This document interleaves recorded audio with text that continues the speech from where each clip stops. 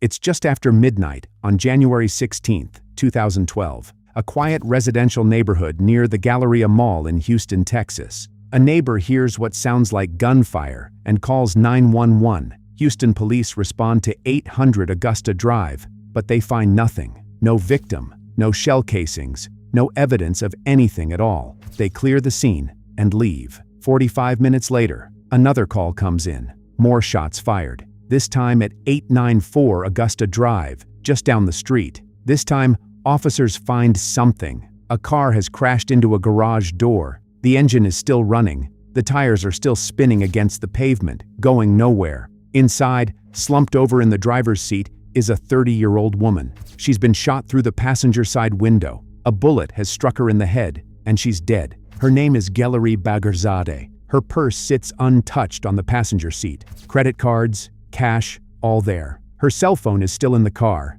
Nothing has been taken. This wasn't a robbery. A close friend, a man named Robin Bandar, who had been on the phone with Gelareh for most of her 45-minute drive home, tells police the line suddenly went strange. He heard a thud and thought she might have been in a car accident. But Robin wasn't the last person to speak with Gelareh. Her boyfriend, Coty Beavers, had called shortly after. The couple were talking on the phone as Gelareh pulled into the alleyway near her home. Then Coty heard a loud noise, followed by silence. When investigators began looking into Gelareh Bagherzadeh's life, they discovered a woman who seemed to have no enemies, and a whole lot of reasons why someone might want her dead anyway. She was Iranian-born, a vocal activist against the Iranian government, a recent convert from Islam to Christianity, and a brilliant molecular genetics student at MD Anderson Cancer Center. Was this political? Was the Iranian regime sending a message? Was this connected to her activism? Or was this something closer to home, something investigators couldn't yet see? For the next 10 months, the case went absolutely nowhere. A record-high reward of $200,000 was posted. Detectives chased leads that dissolved into nothing, and the murder of Gelareh Bagherzadeh looked like it might never be solved. Then, 10 months later, another murder changed everything. To understand how Gelareh Bagherzadeh ended up dead in her car that January night, you have to understand a friendship. And to understand that friendship, you have to understand the family that one of those friends was running from. Ali Mahwood Awad Irsan was born in Jordan in 1957. His father served in the Jordanian army. He grew up in a traditional Sunni Muslim household with views that even people within his own community would later describe as very radical extremist. In the late 1970s, he came to America on a student visa, enrolled at a community college in Cedar Rapids, Iowa, and met a woman named Robin Dahl. Robin was working on her General Educational Development Diploma, a high school equivalency certificate for those who hadn't finished school. She was blind. According to her later court testimony, Irsan led her behind a building during one of their first encounters and sexually assaulted her. Then he forced her to stay with him, threatening to kill her family if she tried to leave. They married around 1980. That's the kind of man Ali Irsan was from the beginning. The couple moved to Houston by 1984 and had 4 children together, all daughters. In 1994, Irsan divorced Robin. She eventually fled to Minneapolis to escape his abuse, but the children stayed behind with their father, 4 young girls, left in the custody of a violent, controlling man, with no mother to protect them. That fact alone tells you everything about the kind of power Ali Irsan held over the people around him. But Irsan wasn't done building his family. He returned to Jordan and married again. His new wife's name was Shmu al-Rawabdeh. He was 34, she was 15. With Shmu, he fathered 8 more children, including a son named Nassim. They settled on a property in Conroe, Texas, where Irsan ruled the household through violence and fear. Shmu would later testify that he beat her with his fists, attacked her with boards, tied her hands and feet, and used a taser on her. When she was pregnant with their last child in 2005, he punched her repeatedly in the stomach until she went into premature labor. He treated his children much the same way. He never held a legitimate job, instead running elaborate fraud schemes, fake disability claims, stolen identities, false airline baggage claims. Investigators would eventually find more than 200 credit cards at his home. But the fraud was a sideshow. The core of Ali Irsan's identity was control, absolute, unquestioning control over every member of his family. And nothing threatened that control more than the idea that one of his daughters might choose her own life. He told his daughters that if any of them ever married anyone other than a Sunni Muslim Jordanian of his choosing, he would put a bullet between her eyes and the eyes of the man she chose. Those weren't words spoken in the heat of an argument. That was a promise. Among Ali Irsan's 4 daughters from his first marriage to Robin Dahl was a young woman named Nesreen, bright, ambitious, and quietly determined to build a different kind of life for herself. After Robin fled to Minneapolis, Nesreen and her sisters remained behind with their father and his new wife, Shmoo. After Irsan suffered a heart attack, Nesreen and her sister Nadia convinced their father to let them enroll in a biology program at Lone Star College, arguing that they needed medical training to properly care for him. It was a clever appeal to his self-interest, and it worked. From Lone Star, the sisters and others in their circle moved on to the molecular genetics program at MD Anderson Cancer Center in Houston. It was there that the relationships that would ultimately lead to 2 murders took shape. Nesreen met Gelareh Bagherzadeh, and the 2 women became inseparable, best friends and confidants. Through their shared circle at MD Anderson, Nesreen also met Coty Beavers, and they began secretly dating. Meanwhile, Coty's twin brother Corey began a relationship with Gelareh. Nesreen and Coty were really deeply in love really fast, according to those who knew them, something that everyone around him could see. But this wasn't a normal relationship. Because of who her father was, Nesreen and Coty couldn't go on normal dates, no dinners out, no movies. For nearly 2 years, they kept their relationship entirely secret, conducting it in the shadows, always aware that discovery could mean violence. Gelareh became the person Nesreen confided in about everything: the relationship, her fears, her growing desire to leave her father's household. When Nesreen expressed interest in converting to Christianity, Gelareh encouraged her. When Nesreen talked about marrying Coty, Gelareh supported that too. In Ali Irsan's mind, that made Gelareh Bagherzadeh the architect of everything that was about to go wrong.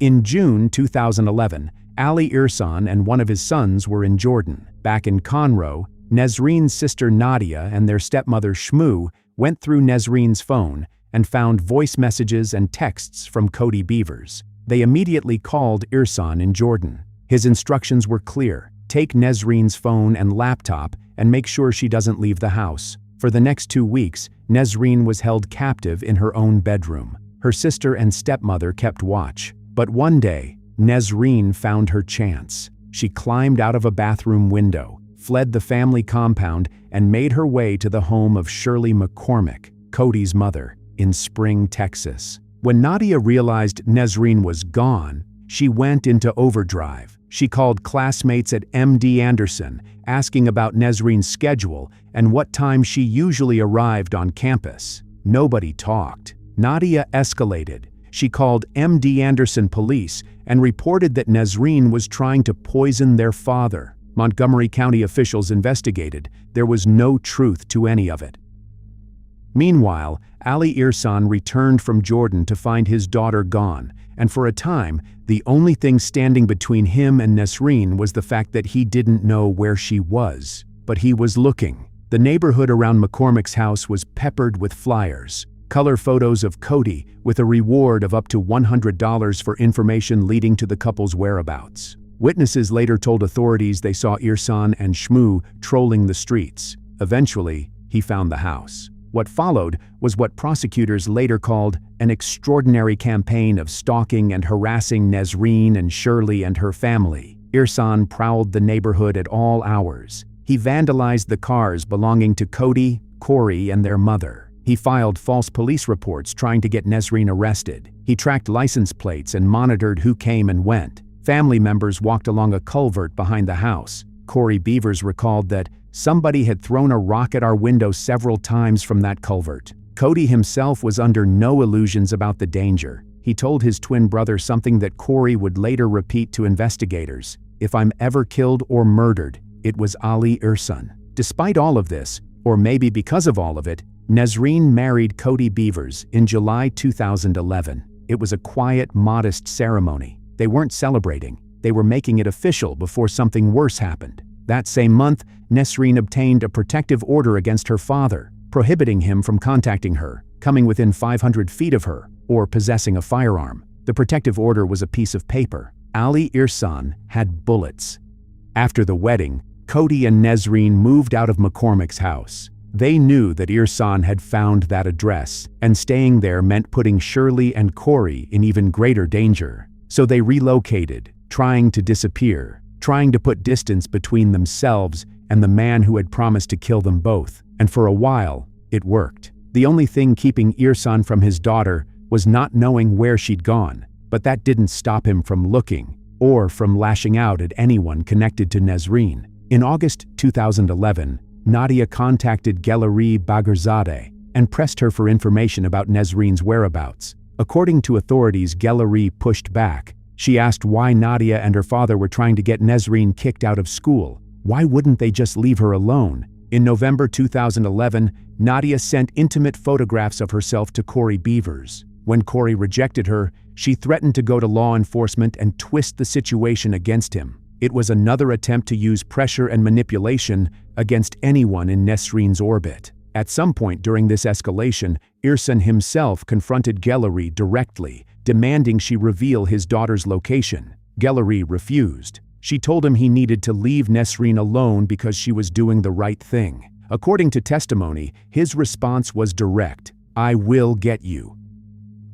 On the evening of January 15, 2012, Gelareh Bagherzadeh drove to Spring, Texas to visit her boyfriend, Coty Beavers, Coty's twin brother, who still lived at his mother Shirley McCormick's house. Nesreen and Coty had already moved out, but Gelareh still had every reason to be there. The man she was seeing lived there. It was an ordinary Sunday evening. She visited, she studied, and at some point she headed home. What she didn't know was that a silver Toyota Camry was following her. Inside were three people: Ali Ihsan, his wife Shmu al-Rawabdeh, and their son Nasim Ihsan.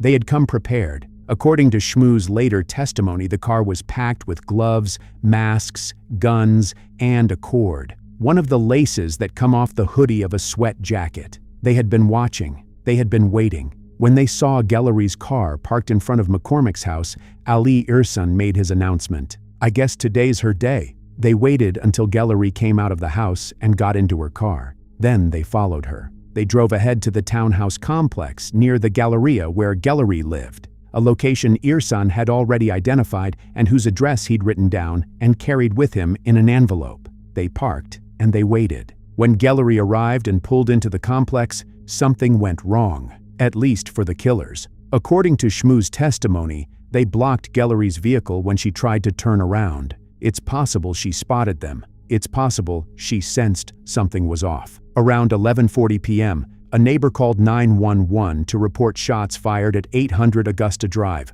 one address within the complex. Police responded but found nothing. No victim, no shell casings, no evidence of anything. But the Ihsans weren't done. 45 minutes later, at approximately 12:30 a.m., another call came in. Shots fired at 894 Augusta Drive, just down the street. This time, officers found Gelareh's car crashed into a garage door, engine running, tires still spinning. She was slumped over in the driver's seat. She'd been shot through the passenger side window. Nasim Ihsan, following his father's orders, had fired a .38 caliber handgun. Up to 4 shots hit the car. A bullet struck Gelareh in the head. She was 30 years old. She had been months away from graduating. She'd already accepted a job at a genetics research center in Virginia, where she planned to move to be closer to her brother Kavi. She'd been dreaming about cooler weather and changing seasons. None of that would happen now. On their way from the scene, Ali Ihsan was pulled over by a state trooper for speeding,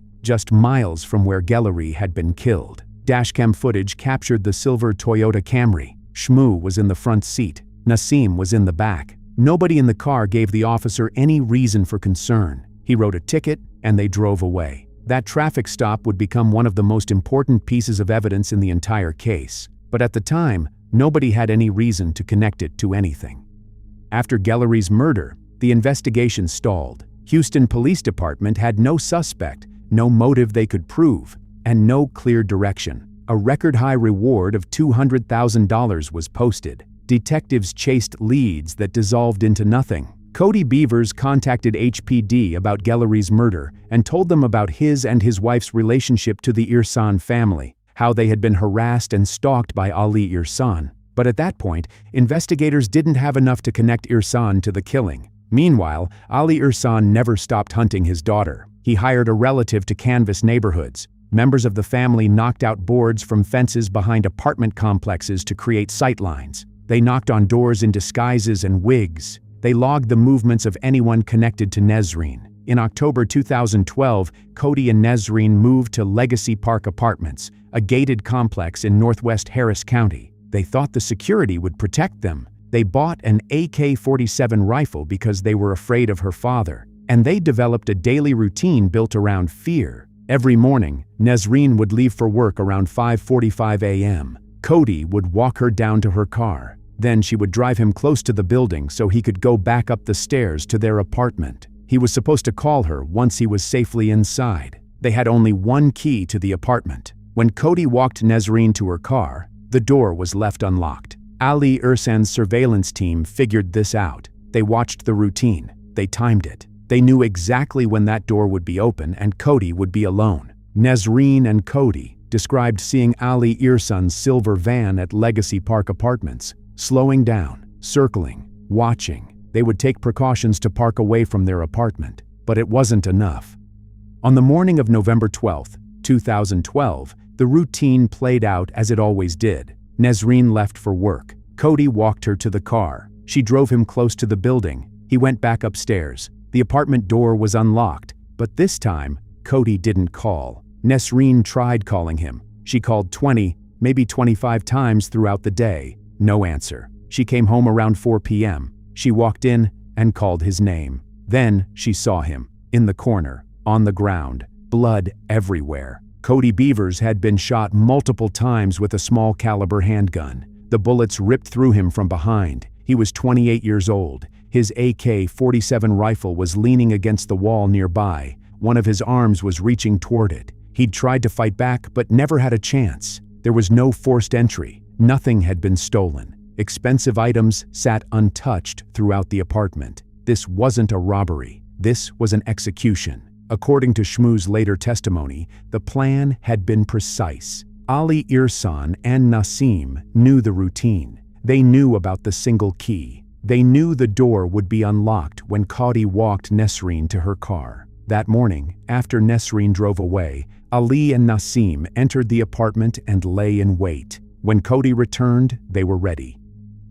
Nesreen called 911. When investigators arrived, Sergeant James Ducey met with Nesreen. He would never forget what she said. "Sergeant Ducey, I have a lot to tell you if you're willing to listen to me." They went to the homicide office, and she talked. She told him about her father, about the compound, about the beatings, the control, the threats. She told him that her father had promised to put a bullet between her eyes and between her boyfriend's eyes. She told him that she believed Ali Irsan had killed Coty, and then she said something else. She believed her father was also responsible for the murder of Gelareh Bagherzadeh. Nesreen explained that after she and Coty got married, her father had contacted Gelareh, demanding to know where Nesreen was. Gelareh refused. She told him to leave Nesreen alone. 3 days later, Gelareh was dead. For Sergeant Ducey, a second case suddenly clicked into focus. He learned that Detective Richard Bolton was the lead investigator on Gelareh's murder, and that the victim's boyfriend was Coty Beavers, Coty's twin brother. As Ducey later recalled, "So then click. We know Coty Beavers." That's when the full task force came together. The FBI, the Houston Police Department, the Harris County Sheriff's Department, and the Montgomery County Sheriff's Department. 8 to 12 people working the whole case. 2 murders, 1 family, and a trail that was finally starting to come into focus. The investigators had a suspect. They had a motive. What they didn't have, yet, was proof. The task force reached out to Ali Irsan, and he agreed to meet. He came in looking like a cooperative, concerned father. He denied knowing Coty Beavers. He denied knowing Gelareh Bagherzadeh. He denied threatening anyone. He was lying about all of it, and investigators knew it. As one detective later noted, the deception was obvious. Irsan had to step out several times to smoke. He repeated questions back to interviewers. He showed all the classic signs. But knowing someone is lying and proving they committed murder are two very different things. While Irsan was still in their sights, investigators executed a search warrant on his property. They wanted to get into Ali Irsan's world. What they found confirmed the scale of his criminal enterprise: nearly 200 credit cards, some in Ali's name, the rest in family members' names, fake identities, fraudulent claims. It was enough to file charges on fraud, which became the key to everything. Because in the glove box of Ali Irsan's van, inside an envelope, investigators found something far more important than credit cards. Written in handwriting was the license plate number of Gelareh's vehicle. Nesreen identified the handwriting as her father's. That discovery sent investigators searching for any traffic stops in the area on the night of Gelareh's murder, and they found one. Ali Irsan had been pulled over for speeding on I-45, approximately 40 to 45 minutes after the 911 call reporting the shooting. The time matched, the route matched, and the vehicle, a silver Toyota Camry, matched what a witness had described seeing fleeing from the scene. Then came the GPS devices. FBI surveillance had captured footage of Irsan's sons hiding something in what appeared to be a secret compartment in the eave of the house roof. When investigators obtained another search warrant and checked the vent, they found GPS navigation units hidden inside. One of them showed a route to Legacy Park Apartments, where Coty and Nesreen lived, on the date of Coty Beavers' murder. Now Ali Irsan could be directly linked to both killings, but they still needed someone on the inside. They needed an eyewitness who could say, "I was there, I saw what happened." They needed Shmoo. On May 22, 2014, officers arrested Ali Irsan and Shmoo on charges of fraud. The fraud case was real, and the evidence was overwhelming, but it was also a tool. Getting Irsan into custody meant getting Shmoo away from him, possibly for the first time in decades. Once in custody, Irsan immediately began playing games. When investigators tried to interview him, he grabbed his chest and faked a heart attack. He did this several times. After he refused to answer any more questions, investigators turned to his jail calls and began hearing fragments that suggested his son Nasim's involvement in the murders. Meanwhile, Shmoo had been sitting in jail, separated from her husband for a long period of time. Some part of his control over her had been broken. Prosecutors approached her attorney and asked if she wanted to cooperate. The answer was yes. Shmoo al-Rawabdeh began to talk. She laid out everything: the planning, the plotting, the weapons, the masks, the cord. She described the night Gelareh was killed, how they followed her from McCormick's house, how they blocked her car when she tried to turn around, how Nasim approached the vehicle and fired. She described the morning Coty was killed, how they knew his routine, how they entered the unlocked apartment, how they lay in wait for him to return. Her testimony, combined with the GPS data, the traffic stop, the license plate in the envelope, and the years of documented stalking, gave prosecutors what they needed. In April 2015, Ali Irsan was charged with capital murder in the deaths of Gelareh Bagherzadeh and Coty Beavers. Nasim Irsan and Shmoo were charged with the murder of Gelareh Bagherzadeh. The trial of Ali Irsan began on June 25, 2018. More than 6 years after Gelareh's murder and nearly 6 years after Coty's. The Harris County Courthouse was still closed from damage caused by Hurricane Harvey, so the case was tried at the federal courthouse. Because the federal courtroom was small, cameras were only allowed in for the first day. Lead prosecutors Anna Emmons and Marie Prim knew what they were up against. The defense would try to make this about religion. They would try to make Ali Irsan look like a concerned father caught up in cultural traditions. They would try to pick the case apart, witness by witness, and argue reasonable doubt. Emmons addressed it head-on in her opening statement. This isn't an attack on the Muslim religion. This is one man and one family's extremist views that were taken to the extreme. The prosecutors wanted the jury to understand that this was never about faith. It was about power and control. Ali Irsan wanted to kill everyone involved in bringing shame and dishonor, in his mind, to his family. The list didn't stop at Gelareh and Coty. Irsan had intended to kill Nesreen herself, Coty Beavers, and Shirley McCormick. The additional murders were prevented only because Irsan failed to sabotage Nesreen's vehicle as he'd planned. One of the most powerful witnesses was Nesreen herself. You can see the fear in her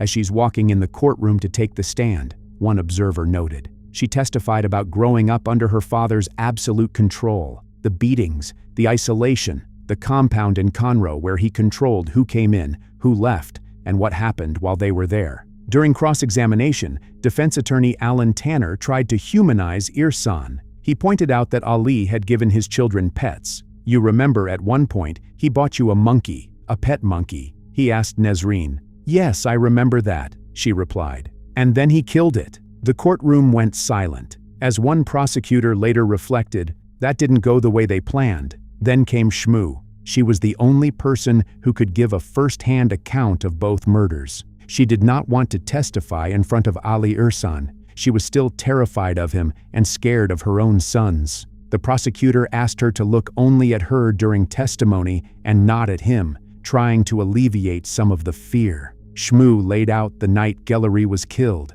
the car packed with weapons, the waiting, the announcement, the chase, the shooting. She described the morning of Coty's death, the surveillance, the unlocked door, lying in wait. Her demeanor was matter-of-fact and devastating. The defense attacked her credibility. She got a deal. She was lying. She was trying to get revenge. But as prosecutors pointed out, it wasn't just Shmoo's word. The GPS devices corroborated her testimony. The traffic stop corroborated her testimony. The license plate in the envelope corroborated her testimony. There was objective evidence backing up everything she said. Then the defense called Ali Irsan to the stand. His lawyers almost certainly advised against it, but no one had ever been able to tell Ali Irsan what to do. He presented himself as an adoring father who simply wanted his children to follow the Muslim faith. He blamed Nesreen for everything. He said she was making it all up, that she was the dangerous one. Prosecutor Marie Prim cross-examined him. She maintained her composure and kept asking her questions until she got answers. Not what he wanted to tell the jury, but answers to what she actually asked. It was, as one observer noted, justice that a woman got to cross-examine Ali Irsan, a man who did not believe women should be allowed to question him. His contempt was visible. At one point, he stared daggers at Prim, grabbed 2 pencils, and snapped them in fury. The sound startled the jury. "I thought, who better to convince the jury of what kind of person you are than yourself?" Prim later said. "And you just did it." After deliberating for approximately 35 minutes, the jury found Ali Irsan guilty of capital murder. In the punishment phase, the jury had to weigh 2 questions. Was Ali Irsan a future danger to society, and were there any mitigating circumstances that warranted life in prison instead of death? The prosecution's answer to the first question came through witness after witness. They called Robin Dahl, Ali Irsan's first wife and the mother of Nesreen. She testified about how they had met. "I was 17, she said. "He raped me. I was kind of ashamed. And then after that, he says, 'Now I have to marry you.'" She described years of abuse, threats with weapons, attempts on her life. "He scared me a lot. I tried to get away many times." Then Nesreen took the stand again. This time, she revealed something that had never been prosecuted. In 1999, Nesreen's older sister Nasima, also a daughter from Ali's first marriage, had eloped with a man named Amjad Alidam.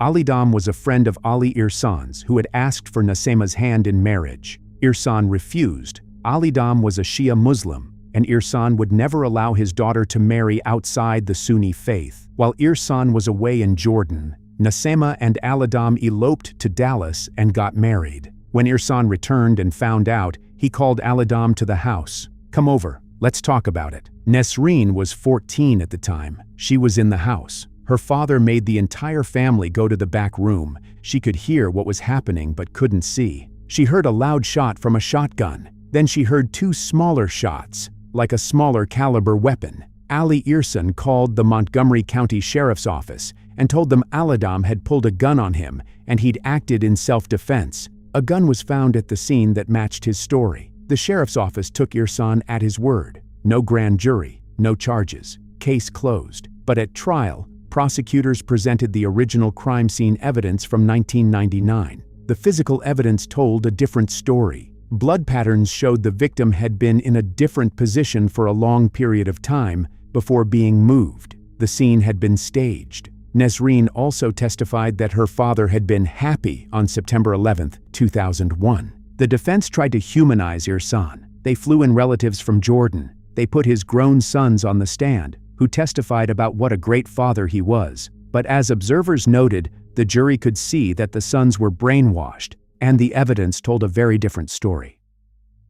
On August 14, 2018, after approximately 9 hours of deliberation, the jury sentenced Ali Irsan to death. Irsan's response was calm as the judge read the sentence. In the words of Coty Beavers' mother Shirley McCormick, her son's murder and Gelareh Bagherzadeh's were the acts of an evil coward, and the verdict was a victory. Nasim Irsan, the man who pulled the trigger on both Gelareh and Coty, pleaded guilty in 2019. Prosecutors dropped the capital murder charge. He was sentenced to 40 years on a murder charge, with the possibility of parole after 20 years. Nadia Irsan, Nesrin's own sister, was charged with organized crime for her role in the conspiracy. Prosecutors had offered her 25 years. She rejected the deal. In November 2021, she pleaded guilty in exchange for 10 years of deferred adjudication, a form of probation. If she completes her probation by 2031, no conviction will be entered on her record.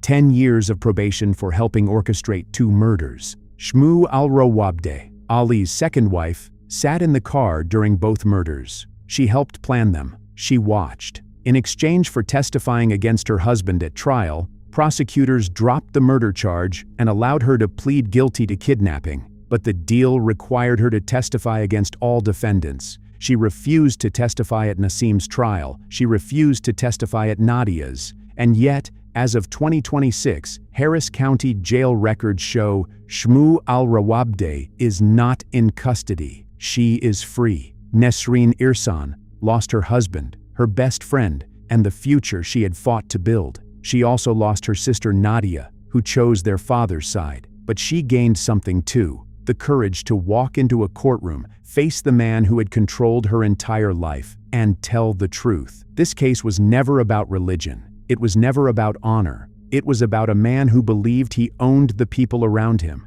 and who killed anyone who challenged that belief.